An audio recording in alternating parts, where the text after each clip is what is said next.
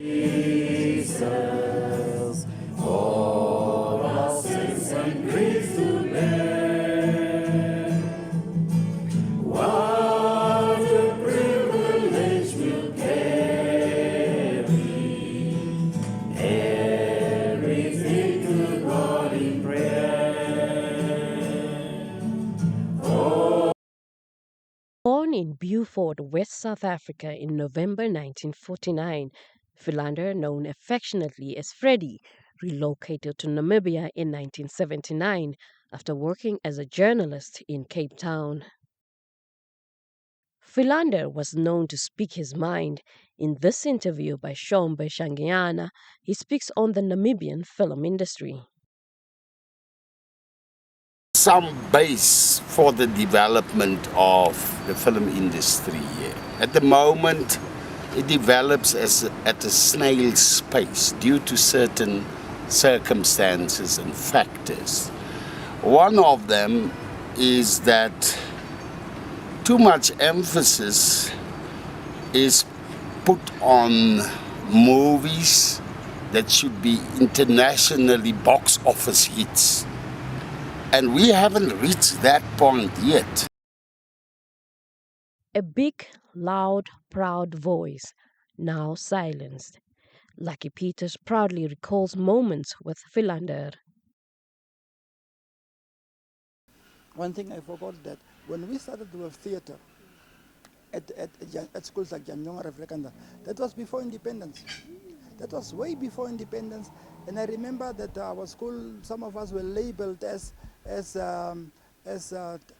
feeding. You know, when you come and you stage a play, it was at school, the school hall is full. The apartheid government would see it as, no, this is a terrorist organization. We are disseminating info. We used to be beaten by the white people. Yes, we used to be beaten, chased. You know, when they say a group coming together and they say that it's a drama show, they might think it's this thing of each one teach one, that through our drama performances, we want to convey the message of the liberation struggle. So we went through hell also. And all these things frustrated him. The fact that he sacrificed, and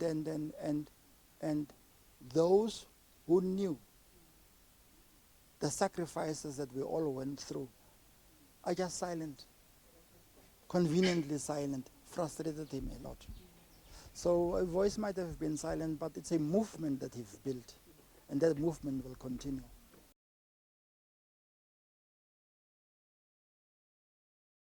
Over decades, he became a towering figure in Namibian cultural circles, celebrated for his fearless writing, powerful stage direction, and commitment to social justice. Thank you, Joe. Firstly, I will remember Freddie Philander as a friend and as a colossus within the performing arts sphere of Namibia. It was very foundational. A lot of people that are in the industry today, in filmmaking or in theater, a lot of them were either inspired or were groomed by Freddie, or some of the initiatives that Freddie started.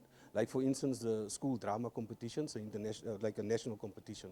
That's where I also got exposed to Freddie for the first time. It was at one of these competitions coming from Swakopmund.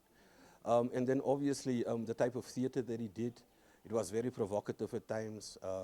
You know, but he put theater front and center in the national conscience, which was awesome. Obviously, when it comes to film, I mean, you talk about $10 in a Yellow Dress, which was, I think, a very iconic film for its time, going back to that particular time, even the subject matter that Freddie was willing to tackle at that time, the whole sugar daddy concept.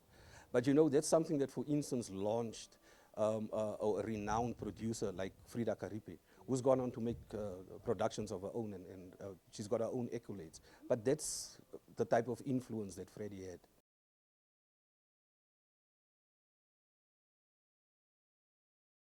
An emotional young actress, Melissa Miller, expressed her wish that she had more time to learn from the veteran and draw from his wisdom. However, she vowed that his legacy will live on. Not knowing that it will be the last. So it's like he knew, or he passed on the torch to me somewhat, how the universe works. But yes, he's a very straightforward person, hated corruption, and I also stand for those same things. And I always used to defend, like, he used to be so straight, and I was like, Uncle Freddie, don't be so hard. And until it happened to me, my journey in the arts, a lot of things, my story is pretty deep. So now I understood what he meant, and I agree fully with him now. And yes, I have a responsibility. It's a very sad thing, but I hope he rests in peace. And I have a responsibility to continue this legacy.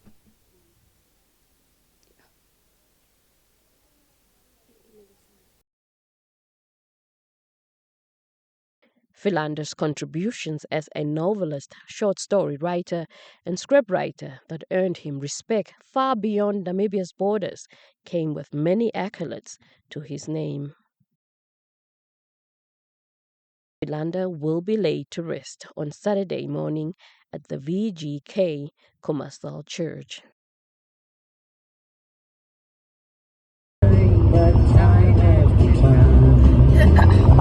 You picked a fine time to leave me, Lucille. 400 children at a crop in the field.